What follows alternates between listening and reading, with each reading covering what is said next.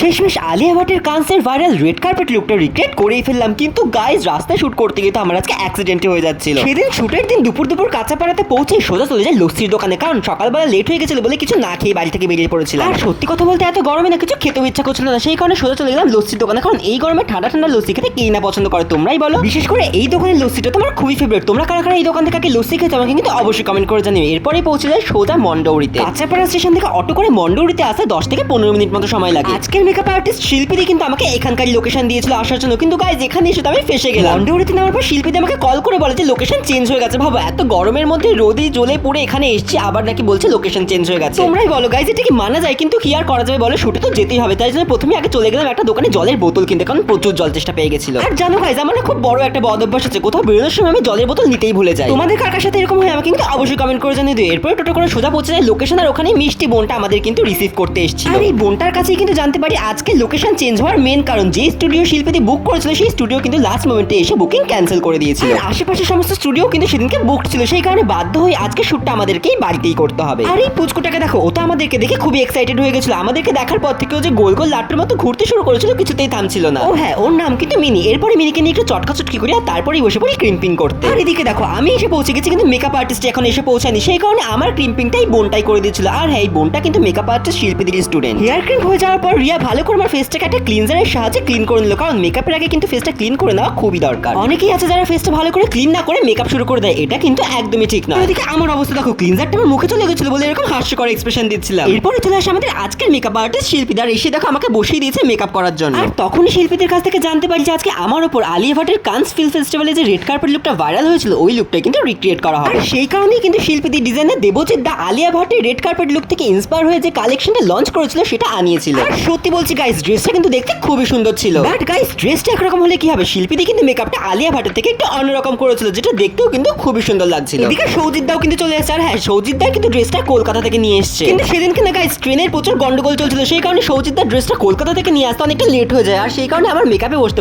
অনেকটাই লেট হয়ে যায়। এদিকে মেকআপ করতে করতে রিয়া আমাদের জন্য নিয়ে চলে আসে এক থালা পাকা আম। আমার তো এমনিতে পাকা আম খেতে খুবই ভালো লাগে। তোমরা কারা কারা আমার মতো আম খেতে ভালোবাসো আমাকে কিন্তু অবশ্যই কমেন্ট করে জানিও। মিষ্টি মিষ্টি পাকা আম পেয়ে আমি তো মেকআপ টেকআপ সব ছেড়ে আম খেতে শুরু করে দিই। ওদিকে মেকআপ আর্টিস্ট দেখো হা করে আমার দিকে তাকিয়ে আছে। গাইস সবাই আমার দিকে এমন ভাবে তাকিয়ে লোভ দিচ্ছিল, সেই কারণে পেট খারাপ হওয়ার ভয়ে ওদেরকে একটু একটু করে আম খাইয়ে দিলাম। এরপরে শিল্পীদি তাড়াতাড়ি করে আমার আই মেকআপটা শুরু করে দেয়, কারণ এমনি তো অনেক লেট হয়ে গেছিল। এরপরে আরো লেট হয়ে গেলে আমাদের কারোরই আজকে আর বাড়ি ফিরতে হবে না। আর হ্যাঁ, তোমাদেরকে কিন্তু একটা ইনফরমেশন দেওয়ার আছে, শিল্পীদের নতুন মেকআপ ক্লাসের ব্যাচ শুরু হতে চলেছে। তোমরা যদি শিল্পীদের কাছ থেকে মেকআপ শিখে এরকম সুন্দর মেকআপ করতে চাও তাহলে কিন্তু অবশ্যই আমার দেওয়া নাম্বারে যোগাযোগ করে নিতে পারো। শিল্পীদের হাতের কাজ কিন্তু খুবই সুন্দর। আর দেখো দেখতে দেখতে কিন্তু আমার ফেসের পুরো মেকআপটাও কমপ্লিট হয়ে গেছে। আর এদিকে একভাবে বসে থাকতে থাকতে তো আমার অবস্থা পুরো বেহাল হয়ে গেছে, সেই কারণে একটু পাটা ছড়িয়ে বসেছিলাম। কিন্তু গাইস যাই বলে মেকআপটা কিন্তু খুবই সুন্দর হয়েছে, আমার তো খুবই পছন্দ হয়েছে। তোমাদের কেমন লেগেছে আমাকে কিন্তু অবশ্যই কমেন্ট করে জানিয়ে দিও। এরপরে বসে পড়ি গয়নাগাটি পড়তে। এন্ড গাইস সত্যি কথা বলছি, প্রত্যেকটা জুয়েলারিও কিন্তু খুবই সুন্দর ছিল। আর হেয়ার স্টাইলটাও কিন্তু শিল্পীতে খুবই সুন্দর করেছে। তোমাদের কেমন লেগেছে এক্ষুনি কমেন্ট করে জানাও।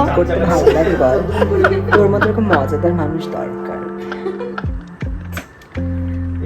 তো ওই শুটটা তো সবাই পরের দিন মিস করবে। ফাইনালি গাইস আমার সাজগোজ কমপ্লিট হয়েছে। এরপরে চলে যাই ফটোশুট করতে। যেহেতু স্টুডিওতে আজকে শুট হচ্ছে না, সেই কারণে কিন্তু আজকে ফটোগ্রাফার সন্দীপন দা সমস্ত ব্যাকড্রপ নিয়ে এসেছিল। ফটোগুলো কিন্তু খুবই সুন্দর হয়েছিল। থ্যাঙ্ক গড সন্দীপন দা সমস্ত ব্যাকড্রপ ক্যারি করেছিল। এটা স্টুডিওর বুকিং ক্যান্সেল হয়ে গেছে শুনে তো আমরা খুবই টেনশনে পড়ে গেছিলাম। সো গাইস যাই হোক, এটা হলো আজকে আমার ফুল লুক। তোমাদের কেমন লাগছে লুকটা আমাকে কিন্তু অবশ্যই জানিও। আর শিল্পীদের মেকআপটা কেমন লেগেছে সেটাও কিন্তু জানাতে একদমই ভুলবে না। আর হ্যাঁ, তোমরা যদি এই ড্রেসটা নিতে চাও তাহলে কিন্তু অবশ্যই ডিজাইনার দেবজিৎদের সাথে যোগাযোগ করতে পারো। সত্যি আজকের লুকটা করতে আমি খুবই স্যাটিসফাইড। শিল্পীদের কিন্তু মেকআপটা খুবই সুন্দর করেছিল। আর এদিকে চলছিল শিল্পীদের ফেসবুক লাইভ। ড্রেসটা অসাম ড্রেস, দারুণ ড্রেস, আমার তো খুব ভালো। ইনডোর ফটোশুট হয়ে যাওয়ার পর আমরা সোজা রাস্তায় চলে যাই লং শট নেওয়ার জন্য, কারণ ঘরের ভিতরে স্পেস কম থাকার জন্য লং শট নেওয়া যাচ্ছিল না। কিন্তু গাইস ওখানে এত গাড়ি চলছিল যে ঠিকমতো ফটোশুটই করতে পারছিলাম না। আর আমি তো সেদিনকে অ্যাক্সিডেন্ট হতে বেঁচে গেছি। শুট কমপ্লিট হতে সেদিনকে অনেকটাই রাত হয়ে গেছিল। এরপরে এই ছোট্ট মিনিকে আদর করে বাড়িতে চলে আসলাম। আমাদের আজকের ব্লগটা কেমন লাগলো সেটা কিন্তু জানাতে একদমই বলবে না। দেখা হচ্ছে অন্য ভিডিওতে। আজকের জন্য টাটা, খুব ভালো থেকো।